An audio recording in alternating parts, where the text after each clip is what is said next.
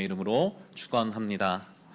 지난주 사도행전 16장에서 사도 바울이 빌립보에서 사역을 시작하고 나서 데살로니가로 또 고린도로 에베소로 계속 전도 여행을 다닙니다. 우리에게 익숙한 지명들이죠. 그게 에베소서가 되고 고린도 전후서가 되고 데살로니가 전후서가 되는 그 지역들에 가서 복음을 전합니다. 사도행전의 포커스는 이제 사도 바울에게 맞춰져 있습니다. 사도 바울이요, 정말 대단한 사람인 것 같아요. 정말 의지가 굳은 사람, 하나님께 부름받은 게 확실하니까 사람들이 뭐라고 하든지 말든지 자기 길을 갑니다.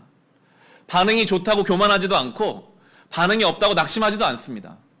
그저 주어진 길을 묵묵히 가는 사도 바울을 우리가 볼 수 있는데요. 우리 18장 한 장 앞으로 가셔서 18장 6절에서 8절이 한 모습을 보여줍니다. 사람들의 반응이 어떻든 간에 믿음의 길을 걷는 그를 통해 하나님 일하시는 모습이 18장 6에서 8절 말씀 우리 같이 읽겠습니다. 그러나 유대 사람들이 반대하고 비방함으로 바울은 그의 옷에서 먼지를 떨고서 그들에게 말하였다. 여러분이 멸망을 받으면 그것은 오로지 여러분의 책임이지 나의 잘못은 아닙니다. 이제 나는 이방 사람에게로 가겠습니다. 바울은 거기를 떠나서 디디오 유스도라는 사람의 집으로 갔는데 그는 이방 사람으로서 하나님을 공경하는 사람이고 그의 집은 바로 회당 옆에 있었다. 회당장인 그리스보는 그의 온 집안 식구와 함께 주님을 믿는 신자가 되었다. 그리고 고린도 사람 가운데서도 많은 사람이 바울의 말을 듣고서 믿고 세례를 받았다. 아멘. 반대하고 비방해도 바울은 먼지를 떨어내듯이 신경도 쓰지 않습니다. 나는 이 길을 간다. 나는 주님께 부름받았다. 나는 선포하는 게 내 역할이고 믿게 하시면 하나님이시다. 그런 분명한 자기 주관과 믿음의 관점을 가지고 특히 자기는 이방인의 사도로 부름받았기 때문에 이방 사람들에게 가서 복음을 전합니다. 오늘 성경의 표현처럼 바울의 말을 듣고서 사람들이 믿었고 세례를 받습니다. 참 대단한 사람이죠. 휘둘리지 않고 믿음의 길을 걷는 사명자. 또 하나님이 그를 사용하신다는 게 분명해요. 사람들이 막 믿고 돌아오니까요. 사도 바울을 우리가 따라가다 보면 한편으로는 위화감이 들 때가 있습니다. 저 사람은 좀 특별한 사람이고 나는 그런 사람이 아니야.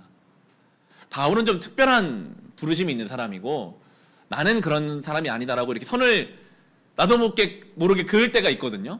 그런데 오늘 본문 이제 바로 우리가 읽은 18장 8절까지가 그렇게 대단한 사도 바울을 보였지만 9절을 보시면 10절을 보시면 바울의 내면이 어땠는지를 좀 우리가 생각해 볼 수 있는 본문인데요.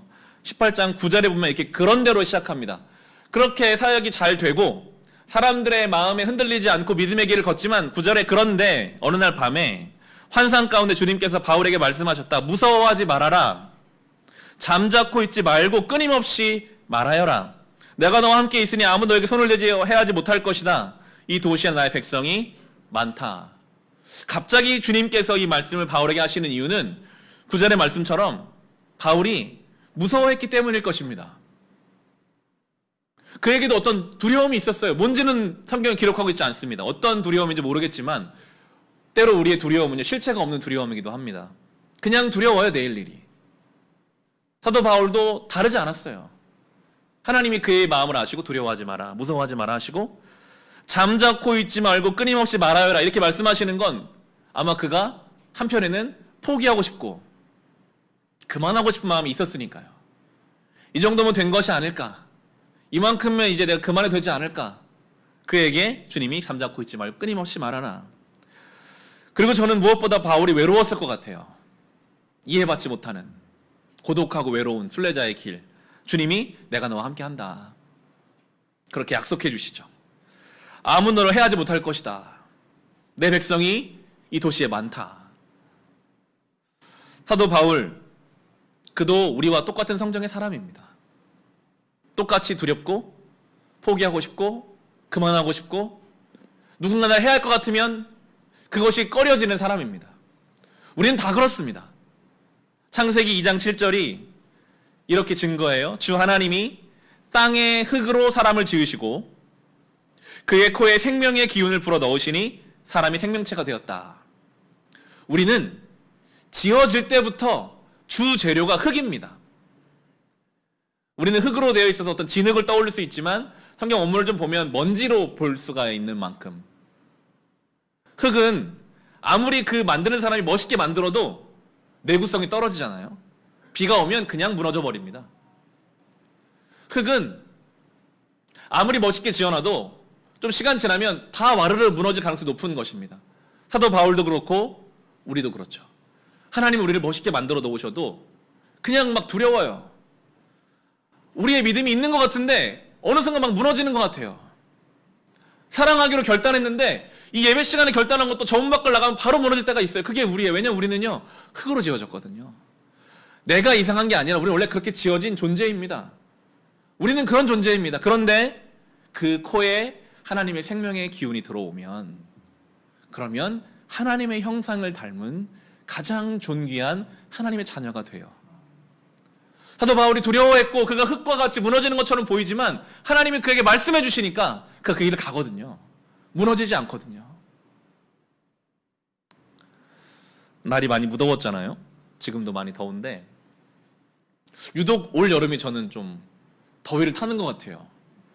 더위가 한 핑계로 기운도 없고 집중도 잘 안 되고 그런 더위 시간을 보내고 있었는데 우리 교회가 5월부터 성경 통독을 모집을 해서 시작했거든요. 70여 명 정도가 카톡방에 들어와서 성경을 통독하고 있습니다. 하루에 한 적게 잡아도 40분 정도는 읽어야 되는 분량입니다.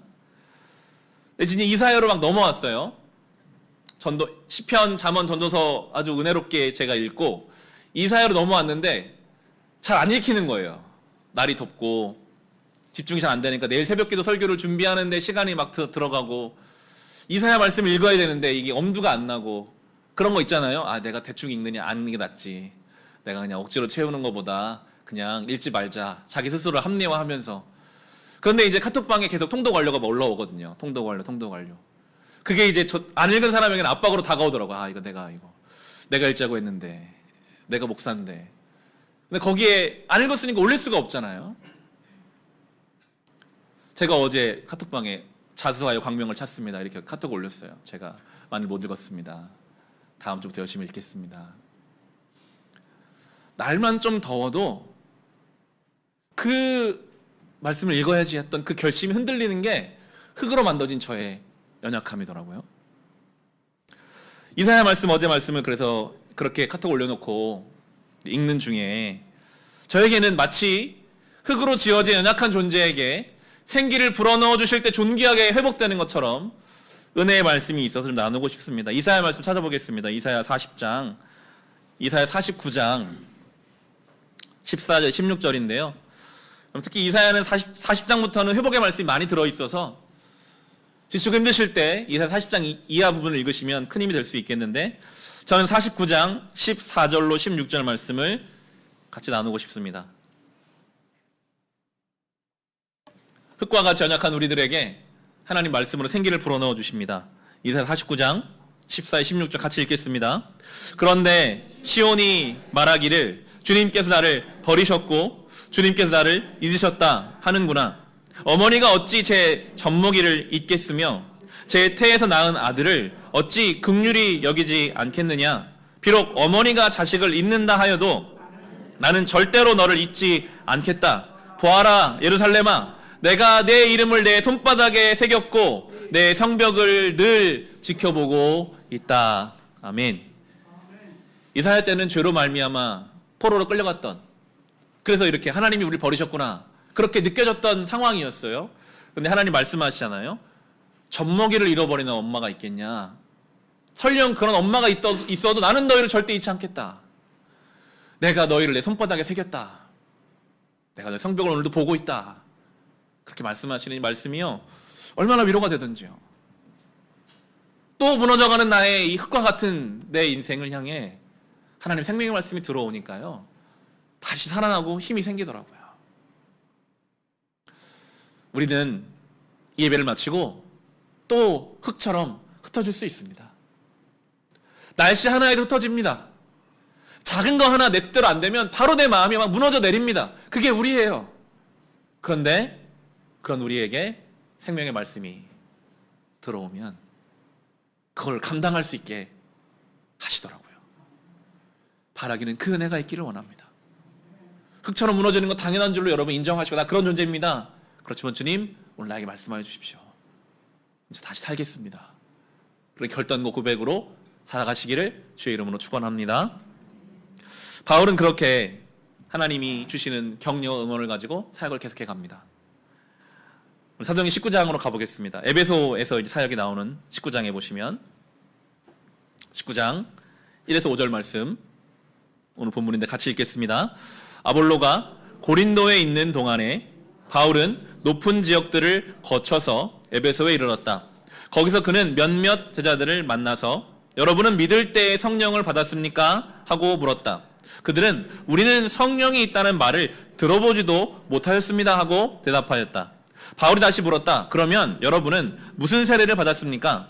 그들이 요한의 세례를 받았습니다 하고 대답하니 바울이 말하였다. 요한은 백성들에게 자기 뒤에 오시는 이 곧 예수를 믿으라고 말하면서 회개의 세례를 주었습니다. 이 말을 듣고 그들은 주 예수의 이름으로 세례를 받았다. 아멘. 에베소에 갔더니 예수님을 따른다고 하는 제자들이 있는데 그들이 성령이 있다는 말조차 들어보지 못한 사람들이었어요. 그들에게 성령에 대해서 예수님에 대해서 설명해 줍니다. 하나님에 대해서 모르면 누리지 못하는 은혜의 영역이 있어요. 근데 그 하나님에 대해서 알면 이제 누릴 수 있는 부분들이 있거든요. 그래서 우리는 하나님에 대해서 아는 것이 참 중요합니다. 수요일마다 로마서를 지금 나누고 있는데 그 로마서가 정말 이 신앙의 정수라고 볼 수 있거든요. 로마서를 저도 같이 읽어갈 때마다 신앙의 뼈대를 세우는 것 같아요. 모르는 것을 배울 때마다 야, 내가 이걸 모르고 신앙생활을 했구나.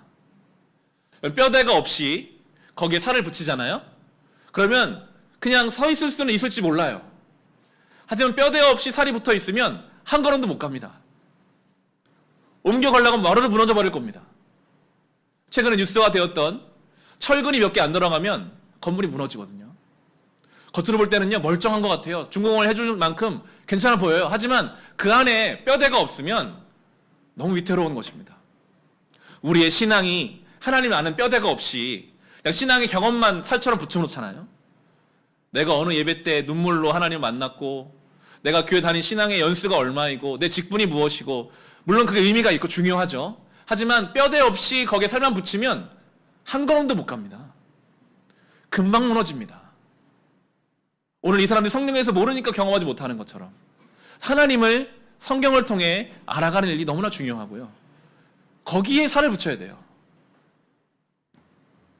그리고 나서 바울이 계속 이 작업을 합니다. 8절에서 10절 말씀 같이 읽겠습니다. 바울은 회당에 들어가서 석 달 동안 하나님 나라의 일을 강론하고 권면하면서 담대하게 말하였다.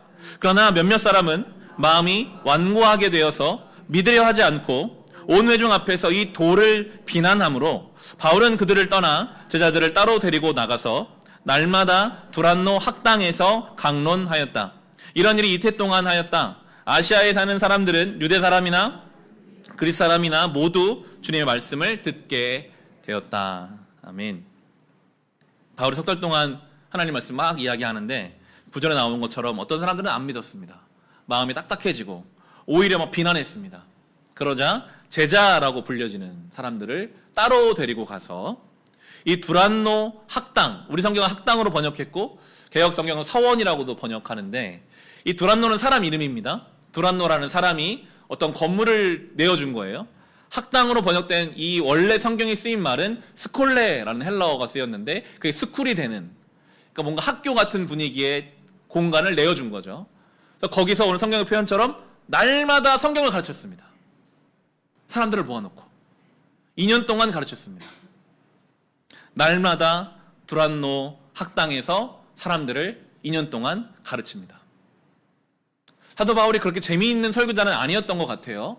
뒤에 나오지만 설교하다가 졸아가지고 죽은 사람도 막 나올 만큼 아마 2년 동안 그의 성경 강의를 듣는 일은 쉬운 일은 아니었을 것입니다.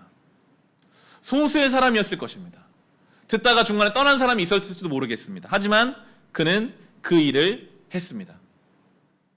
에베소라는 도시는 그 당시 로마에 손꼽힐 만한 큰 도시였습니다. 그리고 에베소에는 아데미, 성경의 말로 아데미고 우리는 그리스 신화에 나온 아르테미스라는 신의 큰 신전이 거기 있었습니다. 여러분 네이버에서 고대의 7대 불가사의 치시면 그 중에 한 가지 들어가는 게 이 에베소에 있는 그 신전입니다. 어떻게 그 당시 사람이 크게 만들었을까? 불가사의로 꼽힐 만큼 큰 신전이 그 에베소에 있었어요. 그 큰 신전을 통해 많은 사람들, 에베소라는 도시가 먹고 사는 일에 많이 도움받았던 그런 도시가 에베소입니다. 사람들은 다 우상을 섬기고 그 우상을 통해서 벌어 먹고 살고 그 우상을 통해서 삶이 뭔가 밀접한 그 큰 도시, 물질의 도시, 우상의 도시. 그런데 거기에서 바울은 몇 명인지 모르는 사람들과 날마다 성경을 가르칩니다. 인간적인 생각에 저는 그런 생각, 내가 이거 이 몇 사람 여기서 2년 동안 가르친다고 저 우상, 커다란 신전에 있는 이 우상의 도시가 달라질 수 있을까? 그런 생각을 하진 않았을까? 그런데 그 2년의 시간이 지나고 성경은 11절, 12절을 보시면 이제 그 에베소의 기적이 일어나기 시작합니다. 11절, 12절에 하나님께서 바울의 손을 빌어서 비상한 기적들을 행하셨다. 심지어 사람들이 바울이 몸에 지니고 있는 손수건이나 두르고 있는 앞치마를 그에게서 가져다가 앓는 사람 위에 얹기만 해도 병이 물러가고 악한 귀신이 쫓겨 나갔다. 저 커다란 아데미 신전에서는 경험하지 못한 일들이 예수 그리스도 이름으로 막 일어나는 거예요. 그 도시가 영적인 변화를 경험하기 시작합니다. 그리고 18절부터 20절에 보시면 그리고 신도가 된 많은 사람이 와서 자기들이 한 일을 자백하고 공개하였다. 또 마술을 부리던 많은 사람이 그들의 책을 모아서 모든 사람 앞에서 불살랐다. 책값을 계산해 보니 은돈 5만 립에 맞먹었다. 이렇게 하여 주님 말씀이 능력 있게 퍼져 나가고 점점 힘을 떨쳤다. 에베소라는 도시의 분위기가 막 달라지기 시작했습니다. 뒤에 가면 그래서 그 우상을 가지고 돈을 벌어먹고 사는 사람들이 나중에 바울을 막 공격해야 할 만큼 야 이러다가 에베소가 완전히 그리스도인들이 넘쳐나서 우리가 직업을 잃겠다. 이렇게 할 만큼의 분위기가 막 생겨나는 장면을 우리가 이제 앞으로 보게 될 텐데요. 인간이 쓰는 역사에서는 그 아데미 신전을 기록합니다. 대단한 신전이다. 큰 규모다. 재료는 무엇이다. 하지만 이 두란노에서 2년 동안 가르치는 것은 인간의 역사는 기록하지도 않죠. 하지만 성경은 반대예요. 성경은요. 그 신전이 얼마나 크고 돈이 얼마나 들었고 재료가 뭐고 하나님은 거의 관심을 두지 않으십니다. 하나님의 관심은 아무도 알아주지 않아도 그 두란노에서 사람들에게 말씀을 2년 동안 가르치는 사도 바울. 그들을 통해 퍼져가는 말씀, 일어나는 기적, 사람들의 우선순위의 변화, 사람들이 막 불태우거든요. 하나님 알기 전에는 내 인생에 제일 중요하다고 생각했던 그것들이 하나님 알고 나니까 아무것도 아니면 깨달으니까 막 불태워도 돼요. 아 이거 아무것도 아니군요. 하나님 제가 이제 알았습니다. 그리고 더 말씀이 흥황하게 되는 놀라운 역사를 성경은 기록하고 있습니다. 저는 이 시대가 마치 거대한 우상 신전이 중심에 자로잡은 에베소와 같다는 생각을 많이 합니다.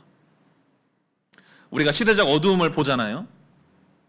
요즘 많이 뉴스화되고 있는 학교 교실 안에서의 교사와 학생 간의 질서가 무너져 가고 있습니다. 신뢰가 사라져 가죠. 또 요즘에 여러 가지 타인에 대한 공포, 이유를 알 수 없는 폭력과 범죄, 아마 이제 우리는 점점 더 모르는 사람들에 대한 경계심을 가지고 살아야 하는 시대를 살 것입니다. 환경 문제는 심각해지는 것을 우리가 알겠는데 막상 뭘 해야 될지 모르겠는 시대. 원망과 불평을 미움을 넘어서 증오가 가득한 시대. 그럼 우린 뭘 해야 할까요? 그냥 우리도 같이 이게 잘못됐다, 저게 잘못됐다, 같이 그냥 비난하고 비판하는, 거기에 숟가락을 얹으면 아무것도 달라지지 않는다는 걸 우리가 알잖아요. 마음이 조금 시원해질 수 있을까요? 바울이 에베소에 가서 그런 감정을 느꼈을 것 같습니다. 이 깜깜한 세상 뭘 할 수 있을까? 제가 사회를 말했지만 세상만 그렇습니까? 우리의 개인의 삶이 마찬가지입니다. 우리는 태어나면서부터 죽음을 향해 하루만큼 달려가고 있습니다. 죽음을 바짝 당겨오면, 만약 주님이 오늘 우리를 데려가신다면 돈이 무슨 소용이 있고, 우리가 그렇게 쌓고자 하는 세상적인 어떤 것이 아무 의미가 없다는 걸 우리가 본능적으로는 알고 있거든요. 그러면 그냥 허무하게 살아야 할 것인가? 때로 전혀 예상하지 않은 가족의 어떤 질병, 사건과 사고들이 우리 삶에 막 찾아왔을 때 무력함을 느낍니다. 원망과 불평이 되고 염려가 되죠. 그때 우리는 무엇을 해야 할까? 예수님이 이 땅에 오셨을 때를 생각해 봅니다. 저는 예수님이 이 땅에 오실 때 온 세상은 빛이 하나 없이 깜깜했을 텐데 예수님이 빛 자체로 이 땅에 오신 거거든요. 유일한 빛이셨습니다. 그리고 그 빛을 오늘 사도 바울이 빛을 들고 나눠 들고 이제 에베소라는 곳에 온 거죠. 깜깜하고 아무도 예수 믿지 않는 거기에 빛을 하나 들고 왔는데, 가능성으로 따진다면, 세상적인 가능성으로 따진다면 2년 동안 아무리 두란노에서 몇 사람 가르쳐봤자 뭐가 달라질까? 가능성은 그렇게 느껴질지 모르지만 여러분, 우리의 가능성은요, 내 계산이 아닙니다. 우리의 가능성은 하나님이십니다. 그분이 우리의 완벽한 가능성이시니까. 사도 바울이 내 깜깜한 인생에 찾아오신 예수님을 생각하며 이 깜깜한 에베소에 찾아가서 그 역할을 감당해 갈 때, 날마다 말씀을 통해 천지 만물을 지으신 하나님에 대해서 배우는 사람들이 생겨나므로 결국 그 에베소의 기적이 나타나고 사람들 우선순위가 막 달라져가고 놀라운 역사가 에베소에서 일어나는 것을 생각하게 됩니다. 지난 금요일에 엊그저께였는데요, 우리 교회 중고등부 수련회가 교회에서 진행됐습니다.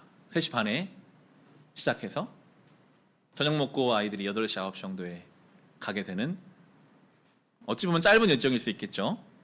제가 중학교, 고등학교 때 다녔던 수련회는 보통 3박 4일, 저는 흰돌산 기도원 같은 데 많이 갔었는데 막 수백 명이 막 모여가지고 한번 예배 드리면 3시간, 4시간씩 예배 드리고 밥 먹고 또 집회하고 밥 먹고 이렇게 했던, 시간에 비하면 그때 어떤 강사 목사님이나 그때 막 엄청난 찬양팀이나 또 그런 규모에 비하면 소소하다고 할 수 있는 우리 중고등부 수련회를 진행했습니다. 수련회를 마치고 다음날 한 학생이 저에게 이야기를 해줬습니다. 목사님, 수련회가 너무 좋았어요. 너무 좋았어요. 선생님들 준비를 많이 해주신 게 많이 느껴졌어요. 10명이 안 되는 학생들이어서 기도회 시간에 한 명씩 앞으로 불러서 저는 이제 안수를 해주고 선생님들이 손을 얹고 기도하는 시간이 있었거든요. 나에게 누가 이렇게 손을 얹고 기도해주는 경험이 처음이었는데 참 의미가 있었다. 아쉬운 점이 하나 있었대요. 제가 긴장을 했죠. 뭐가 아쉬웠을까? 너무 짧아서 아쉬웠대요. 너무 짧은 것 같아요. 더 길었으면 더 좋았을 것 같아요. 3명의 교사 선생님들이 많이 고민하셨고 휴가를 내고, 또 찬양 시간에 반주로, 베이스로, 또 찬양 인도로 또 와서 찬양도 인도해 주시는 성도들이 계셨습니다. 그 우상의 도시 에베소에서 사도 바울이 두란노에서 그 사역을 한 것이 저는 연결이 되더라고요. 그 작은 학생들, 그 아이들을 위해서 우리가 뭘 이렇게 한다고 세상이 달라질까? 학교가 달라질까? 사회가 달라질까? 인간적인 가능성으로 보면 가능성이 없어 보일 수 있습니다. 하지만 우리는 우리의 가능성이신 하나님을 믿고 내가 할 수 있는 그 일을 하는 거거든요.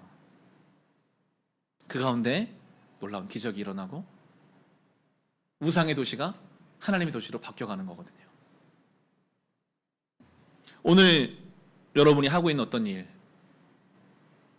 제가 이제 육아도 하다 보니 그런 공감이 됩니다. 요즘 방학이잖아요. 방학이 아니죠. 방학은 아이들에게는 방학이지만 이제 부모님들에게는 빨리 개학했으면 좋겠다, 이제 이렇게 생각하실 텐데, 한 아이를 길러내는 일, 사실은 아무도 알아주지 않습니다. 그렇게 쉽게 말하잖아요. 그거 다 하는 거 아니냐? 다 그렇게 하면 너 뭐 유별나다고 그렇게 힘들어하냐? 하지만 누구도 알아주지 않는 그 일을 정말 두란노에서 사도 바울이 2년 동안 힘써 성경을 가르친 그런 마음으로 한 아이를 내가 기도하면서 믿음으로 길러내는 그 일이요, 내가 이거 한다고 뭐가 달라질까? 누가 알아줄까? 아닙니다. 우리는 그 일을 통해 하나님 역사에 동참하고 있습니다. 직장에 성도로 살아가는 것 정말 어려우시죠? 그 직장 안에서 나를 힘들게 하는 그 사람, 너무 불합리한 일들을 이루어가는 그 사람들 앞에서 내가 믿음을 지키는 것, 그들과 똑같이 하지 않는 것만으로도 어려워요. 그 속에서 십자가를 내가 생각하는 것 자체가 쉽지 않아요. 내가 이렇게 한다고 저 사람이 달라질까? 안 달라질 가능성이 높습니다. 내가 기도한다고, 내가 참는다고 조직 문화가 달라질까? 안 달라질 수 있어요. 그럼에도 불구하고 그 자리에서 말씀이신 예수 그리스도를 내 안에 선포하며 살아가는 것, 그럼 거기에 의미가 있습니다. 내 나이에 맞게 나의 삶을 살아가는 것. 아마 우리가 점점 나이를 먹어갈수록 내가 할 수 있는 게 뭐가 있을까? 그런 생각 하실 수 있습니다. 저는 그렇게 생각합니다. 언젠가 저도 하나님이 이 땅의 삶을 계속 허락해 주셔서 은퇴를 하고 할 일이 점점 없어지는 때가 오더라도 내가 기도는 할 수 있겠구나. 내가 주님 앞에 가는 그날 그 순간까지 내가 기도하는 사람을 살 수 있겠구나. 여러분이 기도할 수 있습니다. 여러분, 시대를 위해 기도해 주십시오. 얼마나 어두운 세상입니까? 우리는 기도자의 사명을 감당해야 합니다. 하나님 앞에서 큰일 작은 일 없습니다. 수많은 사람을 주님께 돌아오면 큰일이고 한 아이를 믿음으로 길러내면 작은 일일까요? 그런 거 아닙니다. 하나님은 그런 거 보지 않으십니다. 오늘 내가 있는 그 자리는 하나님 보내신 자리입니다. 그 한 명의 자녀, 내가 오늘 하나 감당한 그 과업, 하나님이 나를 보내신 자리인 줄로 믿고 우리는 살아가는 것입니다. 그렇게 우리가 그 자리를 지켜갈 때, 때가 되면 하나님은 우리의 그 수고를 통해 하나의 역사를 이루어 가실 것입니다. 그 은혜를 누리며 살아갈 수 있으시기를 주님의 이름으로 축원합니다. 우리 찬송 부르겠습니다. 예수도 알기 원하네.